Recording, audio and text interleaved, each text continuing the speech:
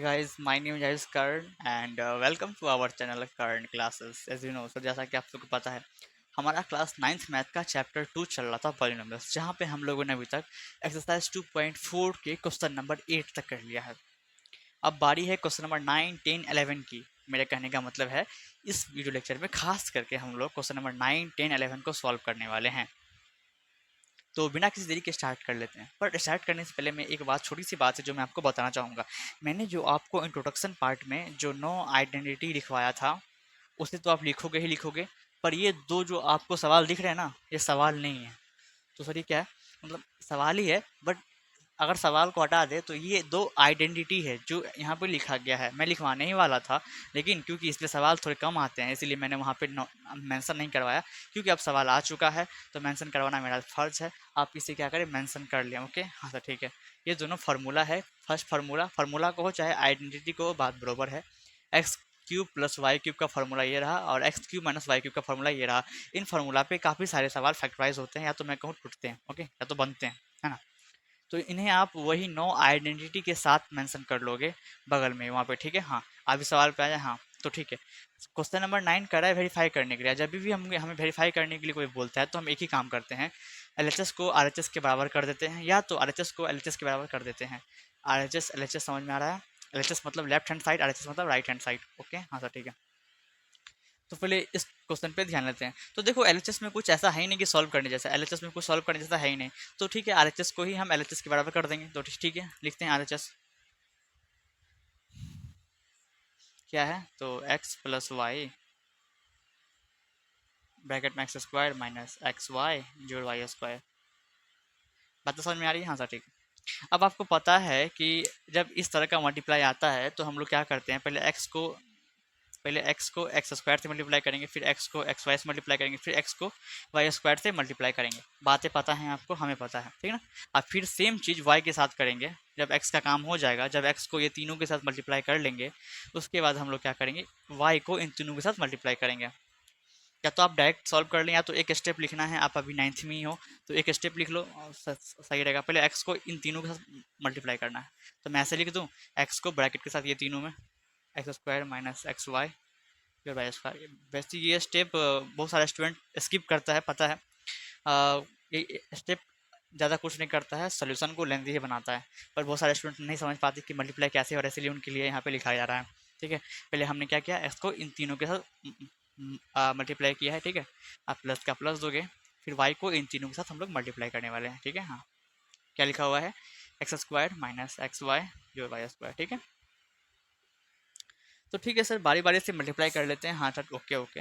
तो ठीक है, एक्स को एक्स स्क्वायर के साथ करेंगे मल्टीप्लाई तो एक्स क्यूब निकल के आएगा। हाँ सर, प्लस माइनस माइनस, ठीक है। हाँ, एक्स इंटू एक्स वाई, तो एक्स दो बार हो गया तो एक्स स्क्वायर हो जाएगा, वाई अकेला है तो अकेला ही रहेगा।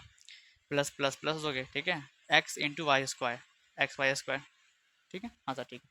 अब इस पे आ जाते हैं, प्लस का साइन है तो प्लस दोगे, प्लस प्लस प्लस हो गया है ना, एक्स वाई स्क्वायर तो वाई एक्स स्क्वायर लिख सकते हो, कोई दिक्कत नहीं सर, कोई दिक्कत नहीं।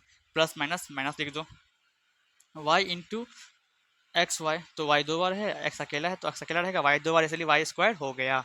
प्लस प्लस का प्लस दोगे, वाई इंटू वाई स्क्वायर तो वाई क्यूब हो जाएगा, ठीक है। मल्टीप्लाई करके आप देख लोगे, आपके पास यही निकल के आने वाला है ना। अब जो भी कटने वाला से हम लोग काट देंगे, ठीक है। हाँ सर ठीक है। तो एक्स क्यूब कहीं पे है ही नहीं तो वो तो अकेला बच गया। ये देखो, ऐसा टर्म खोजो कहीं पे है क्या जहाँ पे एक्स स्क्वायर और वाई लिखा गया हो। अब 2 गुने 4 लिखो, चाहे 4 गुने 2 लिखो, बात बरोबर है, आना दोनों को 8 ही है ना।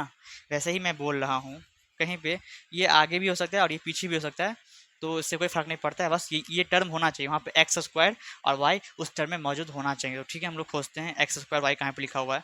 सर यहाँ लिखा हुआ है, बस इसका उल्टा लिखा हुआ है। यहाँ पे एक्स स्क्वायर पहले है, यहाँ पे बाद में है, यहाँ पे वाई बाद में है, यहाँ पहले है। इससे कोई फर्क नहीं पड़ता है। हमें टर्म देखना है कि वो सारे टर्म में वो सारे एक्स वाई है कि नहीं, अब सेम पावर के साथ। तो ठीक है सर, एक्स स्क्वायर वाई यहाँ भी लिखा हुआ और एक्स स्क्वायर वाई यहाँ भी लिखा हुआ, दोनों मल्टीप्लाई में तो कोई फर्क नहीं पड़ता है। दोनों का साइन भी अपोजिट है, देख लो तो आपस में कैंसिल आउट हो जाएगा। कोई दिक्कत नहीं सर। यहाँ भी देख लो, प्लस का एक्स वाई स्क्वायर है, यहाँ पे माइनस का एक्स वाई स्क्वायर है, तो ये भी कैंसिल आउट हो गया। बच गया हमारे पास x cube plus Y cube. और देखो, हमने आरएचएस को सॉल्व करते करते एलएचएस ले आया, देखे ना। तो बराबर में एलएचएस लिख लेना।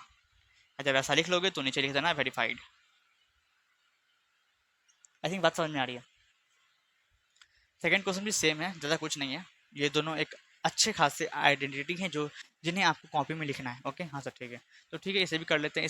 इसका भी आरएचएस को ही हमें सिंप्लीफाई करना पड़ेगा और एलएचएस में लाना पड़ेगा। ओके कोई दिक्कत नहीं सर, कोई दिक्कत नहीं। आप चाहे तो ये वाला स्टेप स्किप कर सकते थे, डायरेक्ट एक्स को इन तीनों से मल्टीप्लाई करते हैं, ये निकल के आता। फिर वाई को इन तीनों से आप मल्टीप्लाई करते, ये निकल के आता, फिर कैंसिल आउट करके आंसर निकाल सकते थे।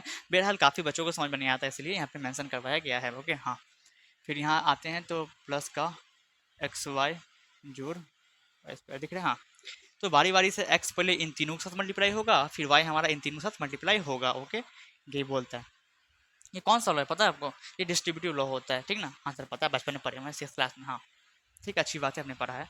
पहले एक्स जो है इन तीनों के साथ मल्टीप्लाई होगा, तो ठीक है लिख लेते हैं बच्चों की तरह, क्योंकि आप 9th में ही हो तो बच्चे की तरह लिखना बनता है। माइनस का साइन तो माइनस दोगे, वाई है तो वाई दोगे।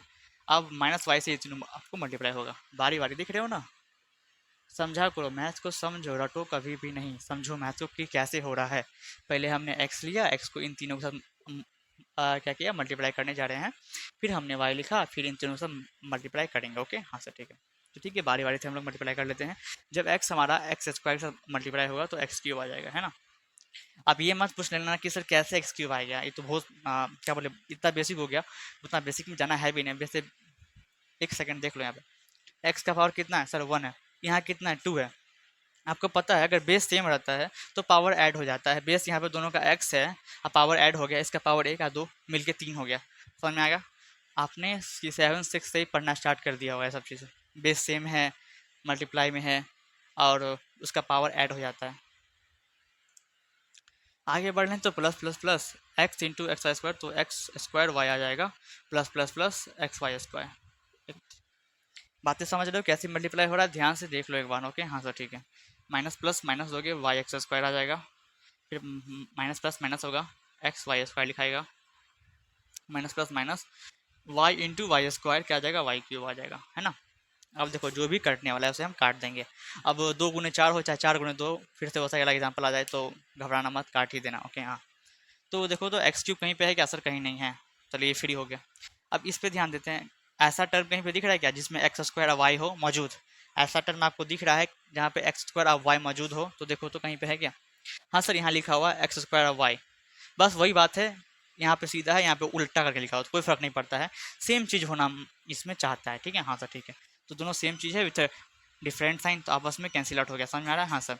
यहाँ पे प्लस का वाई स्क्वायर लिखा हुआ दिख रहा है, ऐसा कहीं है क्या? तो हाँ सर यहाँ पे है, और विथ डिफरेंट साइन है, तो सेम चीज़ विथ डिफरेंट साइन आपस में हमेशा कैंसिल हो जाता है। आखिरकार आपके पास क्या बच गया? आपके पास बच गया X cube minus Y cube, जो कि हमारा एल एच एस है। आई थिंक बातें समझ में आ रही है, इसी के साथ ये भी वेरीफाइड हो जाता है। ठीक है, तो ज़्यादा समय ना लेते हुए ये क्वेश्चन नंबर 9 को हमने खत्म कर लिया। आई थिंक आप सबको समझ में भी आ रहा होगा। क्वेश्चन नंबर 10 की तरफ हम लोग मूव कर लेते हैं। ओके हाँ सर ठीक है। सर ये रहा क्वेश्चन नंबर 10, और 10 में कुल 2 पार्ट है, first part and second part. आपको इन दोनों को फैक्टराइज करना है। आप पता है फैक्टराइज जब भी करते हैं तो अगर फैक्टराइज मिडिल टर्म स्प्लिट से हो रहा होता है तो उससे करते हैं, या तो कॉमन लेते हैं या तो उससे करते हैं, या तो ग्रुपिंग करते हैं तो उससे कर लेते हैं। यदि फार्मूला बेसिस होता है या तो मैं कहूँ आइडेंटिटी बेसिस होता है तो उस पर कर लेते हैं, क्योंकि सबसे ईजी है हमारा आइडेंटिटी पे उसे तोड़ लेना। तो पहले तो हम ये देख लेते हैं वो आइडेंटिटी पे लाइक कर रहा है कि नहीं, कि तो उसके हिसाब से हम लोग तोड़ लेंगे वगैरह वगैरह। तो ठीक है, हम लोग देख के पहचानेंगे कि सर ये किस आइडेंटिटी पे टूटने वाला है। तो काफ़ी स्टूडेंट्स सर देखने से ही बोलेंगे कि सर ये जो है एक्स क्यूब जो वाई क्यूब के ऊपर टूटने वाला है, और ये हमारा X cube minus Y cube के ऊपर टूटने वाला है। इससे पहले वाले क्वेश्चंस में वो जो फार्मूला है मेंशन किया गया था, मैंने आपको कहा था उसे आप कॉपी पे लिख लो, जहाँ पे वो नो आइडेंटिटी आपने लिखा था इंट्रोडक्शन पार्ट से, उसी के बगल में उसको लिखने के लिए मैंने बोला था, और वो यहाँ पे यूज हो भी रहा है। तो मैं साइड में चाहता हूँ मैं उसे लिख दूँ पहले तो, ठीक है? तो मैं इसके नीचे में ये लिख दूंगा और उसके नीचे में वो लिख दूंगा, ठीक है? तो काम करता हूँ मैं लिख ही देता हूँ, है ना? सर ये लाइन भयंकर कैसे बन गया? इतना भयंकर कैसे हो सकता है? वो भी है, कुछ ज़्यादा ही भयंकर हो गया। तो जब लाइन सीधा ना बने तो उसको टेढ़ा बनाने में ही फ़ायदा है, क्योंकि मालूम नहीं चलता है ना। ठीक है, इस पर क्या लगने वाला है फार्मूला? एक्स क्यूब जोर वाई क्यूब लगने वाला है। ओके हाँ सर ठीक है। तो क्या था फार्मूला? एक्स जोर वाई, ठीक है, X square minus X Y जोड़ वाई स्क्वायर।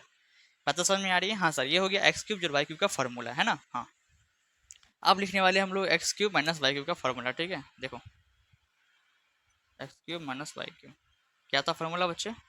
तो sir X minus Y x square जो एक्स वाई जो वाई स्क्वायर, यही दो फार्मूला है, या तो मैं कहूँ आइडेंटिटी है जो आपको रिमेंबर करना है इस सब क्वेश्चंस के लिए। बहुत सारे काफ़ी सारे क्वेश्चंस आते हैं डायरेक्ट आइडेंटिटी के ऊपर बेस्ड, ठीक है। हाँ सर ठीक है। तो देखो तो बताओ तो 27 किसका क्यूब है? तो सर 3 का क्यूब है और वाई, तो क्या 27 वाई क्यूब को हम 3 वाई क्यूब का होल क्यूब लिख सकते हैं क्या? 3 वाई का होल क्यूब लिख सकते हैं क्या? क्योंकि जब आप 3 का क्यूब करोगे तो 27 निकल के आएगा, और वाई का क्यूब करोगे तो वाई क्यूब निकल के आएगा, है ना। हाँ सर ठीक है, प्लस का प्लस देंगे। 125 किसका क्यूब है सर? 5 का क्यूब है। जेड को अंदर रख लो, आप पूरे का होल क्यूब कर दो, क्योंकि 5 का क्यूब करोगे 125 आएगा, और जेड का करोगे तो जेड क्यूब आएगा। बातें समझ में आ रही है? हाँ सर, आप ये फार्मूला की तरह आपको दिख रहा होगा, ठीक ना। हाँ सर ठीक है। तो ठीक है, आगे इसको सॉल्व कर लेते हैं। ओके हाँ सर ठीक है। तो फार्मूला के हिसाब से पहले एक्स जोड़ वाई होता है, एक्स यहाँ पे 3 वाई है और वाई यहाँ पे 5 जेड है। बात समझना, एक्स की जगह पे ये है और वाई की जगह पे ये है, इसी के हिसाब से हम इसको तोड़ने वाले हैं। तो ठीक है, 3 वाई जोड़ 5 जेड, है ना, 3 वाई का square minus 3 Y into 5 Z जोड़ 5 जेड का स्क्वायर। देख लो हमने क्या किया, ये जो फार्मूला था वो इस तरह का था, और उसे हमने इस तरह का तोड़ लिया। देखो इसी तरह का है, जहाँ पे हमारा x क्या है 3 वाई है और y क्या है 5 जेड है। ध्यान से देख लो क्या हो रहा है यहाँ पे, है ना। तो ठीक है, आगे सॉल्व करते हैं। ये तो फर्दर सिंप्लीफाई होने वाला है नहीं, तो इसको जो कहते हो लिख दो, कोई बात नहीं। यहाँ पे यहाँ कर लेते हैं, तो 9 का स्क्वायर करोगे तो 9 आएगा, और वाई का करोगे तो वाई स्क्वायर आएगा। माइनस का minus, 5×3 = 15 Y Z, okay. Plus का प्लस, 5 का स्क्वायर करोगे 25 आएगा, और जेड का करोगे तो जेड स्क्वायर आएगा। कोई दिक्कत नहीं सर, तुम यहाँ भी आंसर छोड़ सकते हो, कोई टीचर गलत नहीं करेगा, ठीक ना। पर काफ़ी स्टूडेंट क्या करते हैं, पूरा आंसर से मिलाने की कोशिश करते हैं। तो ठीक है, ये लो आप ही के लिए है, इसको ऐसे लिख लेना, आंसर से मैच कर लेगा आपका। इसको उठा के यहाँ कर लेना, 25 जेड स्क्वायर यहाँ कर लेना, इसको उठा के यहाँ कर देना, कोई दिक्कत वाली बात नहीं होगी, है ना। तो तो इसी के साथ एक 10 का फर्स्ट खत्म हो जाता है। मूव कर लेते हैं 10 की सेकेंड क्वेश्चन की ओर। बात समझ में आ रही है? हाँ सर बातें समझ में तो आ रही है, ठीक है। देखो सेकेंड क्वेश्चन इस पे टूटने वाला है, किस पे? X cube minus Y cube के फार्मूले पे। तो ठीक है, तोड़ लेंगे। बताओ तो 64 किसका क्यूब है? तो सर वो 4 का क्यूब है। एम को अंदर रख लेना, साथ में क्यूब लगा देना। 4 का क्यूब करोगे 64, एम का करोगे एम क्यूब आएगा, माइनस का माइनस। अब आपको 343 का क्यूब बताओ तो किसका क्यूब है 343? तो सर वो 7 का है। अंदर में एन रखना, साथ में क्यूब लगा देना, कोई दिक्कत नहीं सर, कोई दिक्कत नहीं, आगे बढ़ना। अब ठीक है, फॉर्मूला के हिसाब से देखो ए क्यूब माइनस बी क्यूब ऐसा कुछ आ गया। हाँ सर, अब इसको ऐसा तोड़ देंगे, यहाँ पे हमारा x क्या है 4m है, और y क्या है 7n है, उसी के हिसाब से हम लोग ऐसा तोड़ देने वाले हैं उसको, ठीक है। तो ठीक है, x जोड़ y होता है मतलब कि 4m माइनस 7n, ब्रैकेट में एक्स स्क्वायर मतलब कि 4m का स्क्वायर जोड़ एक्स वाई का मतलब 4m गुने 7n जोड़ वाई स्क्वायर, y यहाँ पे 7n है तो इसका हमने स्क्वायर कर दिया। बात तो समझ में आ रही है? हाँ सर ठीक है। आगे लिखोगे तो 4m minus 7n, further simplify नहीं होगा ये, लेकिन होगा। तो 4 का स्क्वायर करोगे 16 आएगा, m का करोगे तो m स्क्वायर आएगा, प्लस का प्लस दोगे 7×28 mn, प्लस का प्लस 7 का स्क्वायर करोगे 49 आएगा, और n का करोगे तो n स्क्वायर आएगा। आई थिंक दिख रहा होगा, हाँ सर दिख रहा है। तो इसको भी यहाँ पे भी आंसर छोड़ सकते हो, कोई भी टीचर इसको गलत करने वाला है नहीं, तो लेकिन फिर भी एक तरीका होता है कोई भी चीज़ को लिखने का। तो इसको उठा के यहाँ लिखेंगे 49 n स्क्वायर जोड़ 28 mn। कहा गया है कि जब भी पॉलिनोमियल लिखाता है तो जो पावर होते हैं पॉलिनोमियल में, उसके जो पावर होते हैं वो डिक्रीजिंग ऑर्डर में होने चाहिए, ठीक है, घटते क्रम में। तो यहाँ पे तो दोनों सेम था इसीलिए साथ में लिखा गया, और उससे कम पावर वाला यहाँ लिखा हुआ है, ठीक है। तो हमने क्या किया, ज़्यादा कुछ नहीं किया, इसको उठा के यहाँ लिखा है, इसको उठा के यहाँ लिखा है, बात बरोबर है, हमारा आंसर वही है। तो सर इसी के साथ क्वेश्चन नंबर 10 खत्म हो जाता है। मूव कर लेते हैं हमारे नेक्स्ट क्वेश्चन की तरफ, 11। सर ये रहा हमारा 11th क्वेश्चन, इस वीडियो लेक्चर का आखिरी सवाल, इसे भी तुरंत सवाल सॉल्व कर लेंगे। तो देखो इसको भी फैक्टराइज ही करना है, तो इसके लिए तो एक स्पेशल फार्मूला बना हुआ है। मैं फार्मूला को साइड में मेंशन कर दूँ यहाँ पे बगल में, ठीक है। मैं यहाँ पे फार्मूला मेंशन कर देता हूँ, हो सकता है आप लोग भूल गए होंगे, पर अभी भी आप लोग गेस करो, तब तक मैं लिखता हूँ फार्मूला की सर किस पे फैक्टराइज होने वाला है। तो सर एक फार्मूला था एक्स क्यूब जो वाई क्यूब जो जेड क्यूब, ब्रैकेट हटा दो, -3 एक्स वाई जेड बराबर, ऐसा कुछ फॉर्मूला था हम लोग देख लो, ठीक है। बराबर क्या था बताओ तो, एक्स जोड़ वाई जोड़ जेड ब्रैकेट में एक्स स्क्वायर जोड़ वाई स्क्वायर जोड़ Z square minus X Y minus Y Z minus X Z. देख लो यही फार्मूला पे हम इसको ब्रेक करने वाले हैं, ध्यान से देख लो, जहाँ पे हमारा इस एलएचएस कुछ इस तरह का है, इसको हम लोग घुमा फिरा के एलएचएस में ले जाएंगे, मतलब कहने का मतलब देख लो कैसे फैक्टराइज हो रहा है। ओके हाँ सर ठीक है, तो ठीक है 27 किसका क्यूब है सर, 3 का क्यूब है, लिखो एक्स अंदर में कर देना, साथ में होल क्यूब लगा देना, क्योंकि इसको सॉल्व करोगे तो 27 एक्स क्यूब ही आने वाला है। वाई का क्यूब को वाई का क्यूब लिख सकते हो, कोई दिक्कत वाली बात है नहीं, प्लस जेड का क्यूब है, यहाँ भी जेड का क्यूब लिख सकते हो माइनस।